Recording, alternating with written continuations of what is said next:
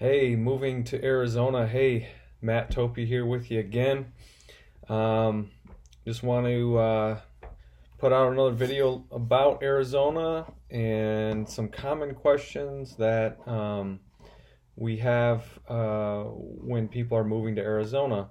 Um, this one comes from who asked this question? Um, Heather asked this question. She's planning a big move here to Arizona, and she asked about the climate and some things that go along with that, I guess, was the main point to it. So let's face it, I mean, it's the desert, okay? It's a desert climate. So the first thing that everybody talks about is the heat. Um, and so, in the summer, it's hot. There's no way around it. June, July, and August are hot. It's going to be over 100 every day. You'll see your first 100-degree temperature probably in May. And then we all kind of look at when it drops below 100, we're, kind of excited. That's when the weather's breaking. When it gets into the 90s and 80s and stuff, it's bearable and stuff. But June, July, and August, it's going to be above 100 every day.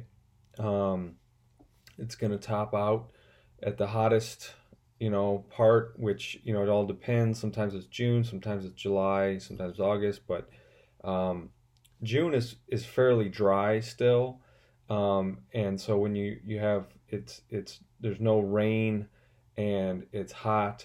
So there's no, because when the rain comes, and we'll talk about that in a second, when the monsoon season starts, when those rains hit, it drops the temperature. Although, it does get humid, it is a break in the temperature a little bit on that day when it rains. Don't worry, the next day it's gonna be back up again. But in June, you don't get those monsoons as much. So anyway, my point is, I guess, I've seen it at 118.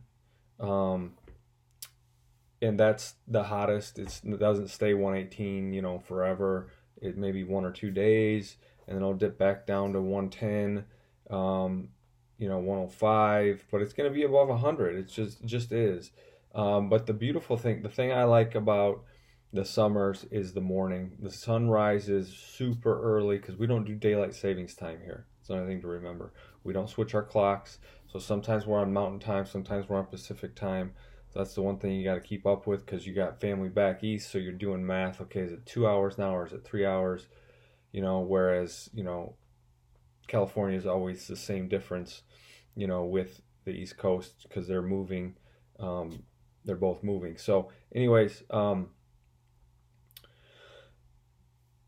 the sunrise is super early, 5:30, 6 o'clock. The sun's up. So I'm an early riser. I like to get up, get outside. So in the morning, it's beautiful. 75, 80 degrees, that early in the morning. And, the sun isn't right on, blaring down on you. So it's that, morning sun. So it's super nice outside. I'll go golfing in the morning, do my yard work, whatever I need to get done in the morning or outside, I'll do it in the morning. It's beautiful, So people say, well, we have winter, I'm from Michigan, right? So they have winter, so that's the same as your summer. No, it's not.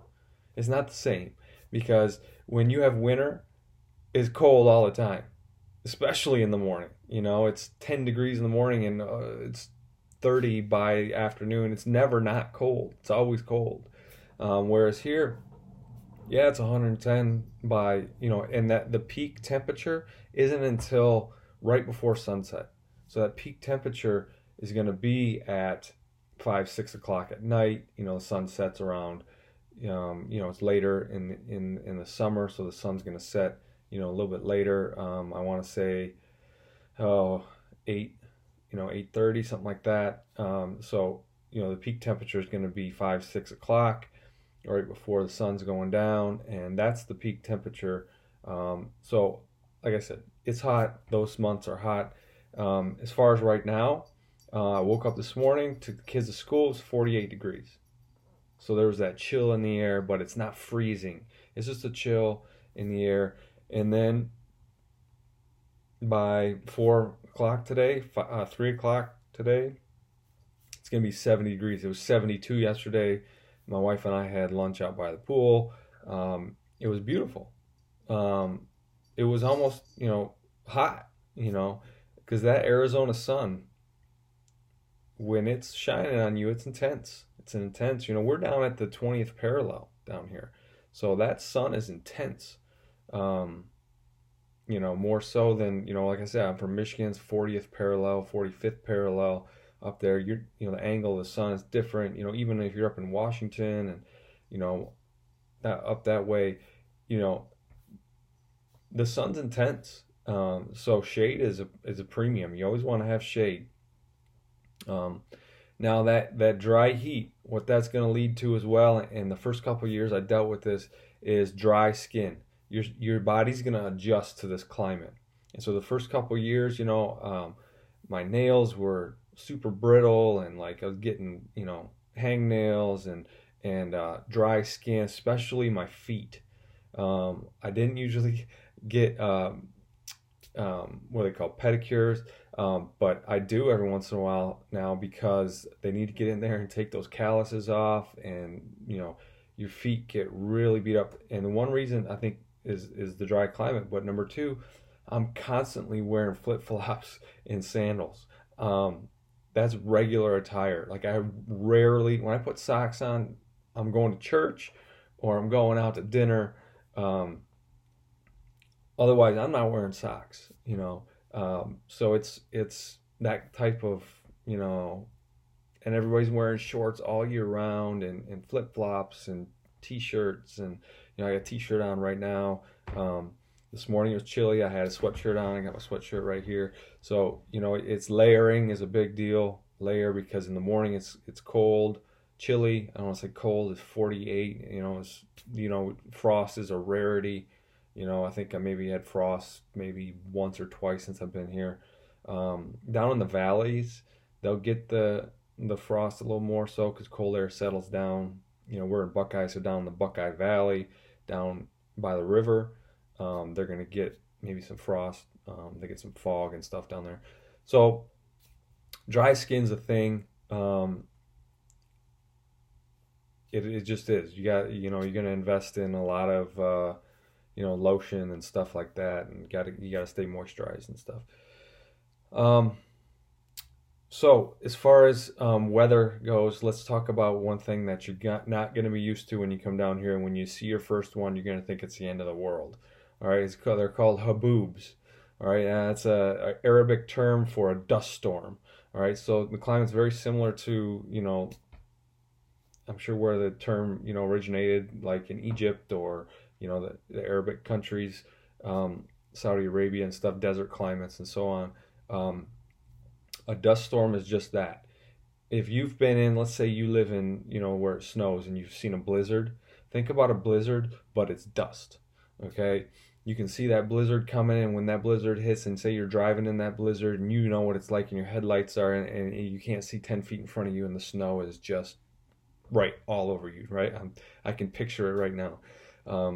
That's what it's like here, but it's dust. All right, so this cold air comes swooping in. They're called microbursts, and the cold air drops into the valley because we're in this valley. So this cold air drops from the shelf up top, and the cold air drops down. And as it drops down, it gains a ton of momentum and speed, and it just kicks up all this dust, and literally a wall of dust. You've seen The Mummy, maybe the movie, where that was that wall of dust is just, and that's literally what you can see it coming. And it's coming, right? And those winds are intense. So up to 70, 80 mile an hour straight line winds. There have been microbursts and tornadoes from time to time. You don't see these huge funnel clouds, but I think they qualify them as tornadoes because of the speed of the wind. It just happens. It happens, and you'll get 4, 5, 6 of them throughout the summer. I remember the first one we saw, we were driving out to dinner with a couple, and you literally have to pull over. You pull over and you turn your lights off because the car behind you sees your tail lights and they're going to follow you, and then you're stopped and they're going to hit you. So what you do is you get off the road and you turn your lights off, so nobody can see you and you're off the road. Because those people that are on the road, they can still see the road, and it's like a blizzard, and they're gonna keep going. But if they see your lights, they're gonna follow you, thinking that's the road. So it's a real deal. You know, when the haboobs come, if we know there's a chance for it, we're not going out. But it comes and goes. Now, with that being said, everything in my backyard is haboob proof, so it's dust storm proof. So it's nailed down, tied down, weighted down. It's just ready at any moment for that. So especially in the summer, you know, and if I know it's coming, I'll put stuff away, I'll cover stuff up. But you know, it comes and goes. It's not like the winters where the blizzard comes and you got, 3 feet of snow there for the next 3 weeks, right? It comes and goes. You go out, you dust stuff off. Yeah, you got to dust stuff off a lot.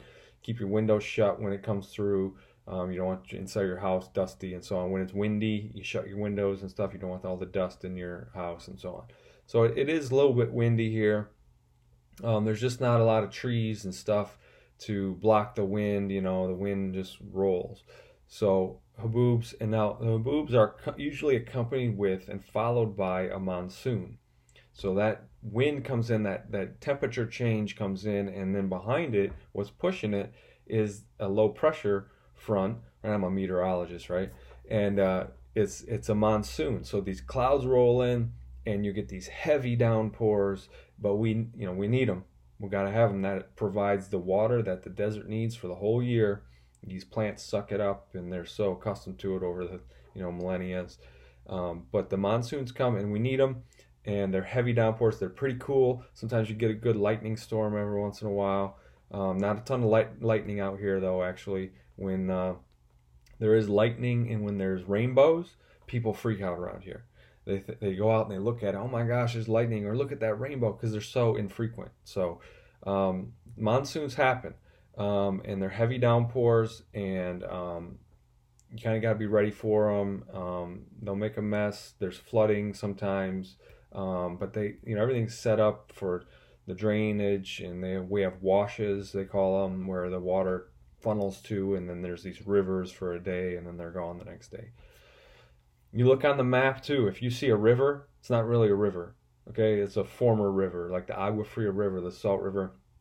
There are sections that do have water in it, but around Phoenix, there's really not any water in it. The Gila River, the Salt River, the Agua Fria River, occasionally there'll be water in them, but not really. The Salt River to the east does have water, but by the time it gets to Phoenix, it's pretty much all gone. There's a series of dams and stuff, and they collect the water and so on. So monsoons are a real thing. Now, another thing that goes along with climate a little bit, I want to talk to you about, final thing here. And remember, this is just in the Phoenix area, okay? So let's talk about insects and bugs and snakes, okay? Are there insects and bugs and snakes? Yep. Are there scorpions? Yes. Are there rattlesnakes? Yes. I've been here 5 years, never seen a rattlesnake. They're around. You call the fire department, they come get them. Not a big deal. They're not going to come after you. They're not monsters. They're going to run away from you probably. They're going to hide in the corner and hiss at you. Leave them alone. Call the fire department. They come and get them. They're gone. Been here 5 years. Never seen a live scorpion in my house. We have our house sprayed. Just like back where you're from, I'm sure you have services that you have to pay for, snow removal, etc. You must have insect service here. You must have pest service here. You have to. If you don't, you're going to have insects. You're going to have scorpions, and termites are a thing here, a big thing. So you got to get that stuff treated, or else you're just asking for it. So like I said, I've never, knock on wood, I don't even believe in that stuff, so I don't know what I'm doing. I'm doing it for you, maybe. There are scorpions. I've had friends that had kids get bitten by scorpions, but you're not going to die. It probably hurts really bad, but we get sprayed every 3 months. We get sprayed. Some people do it every month. You got to be consistent with it. So now remember, this is in the valley. So when I say the valley, I'm talking about the Phoenix metro area. That's called the valley. And we'll talk later. I'll do another one about the East Valley, the West Valley, the differences in that, because those are terms you're going to hear. But there are other sections to Arizona, like the high country, when you get up to the mountain towns like Payson, Prescott. I say Prescott. Around here they say Prescott. I don't know why it's not spelled like that. Sedona, Flagstaff, okay, all those stuff. Now, right now, this is what, January, they have snow up there. They got snow, and it might not be sitting on the ground. It melts really quick because, like I said, that sun's intense. You know, it could be, 30 degrees one day, and then, 60 degrees the next day. So it happens. But up, let's see, I'm taking a look. Up in Flagstaff right now, it's 41 degrees. I'm looking at the temperature.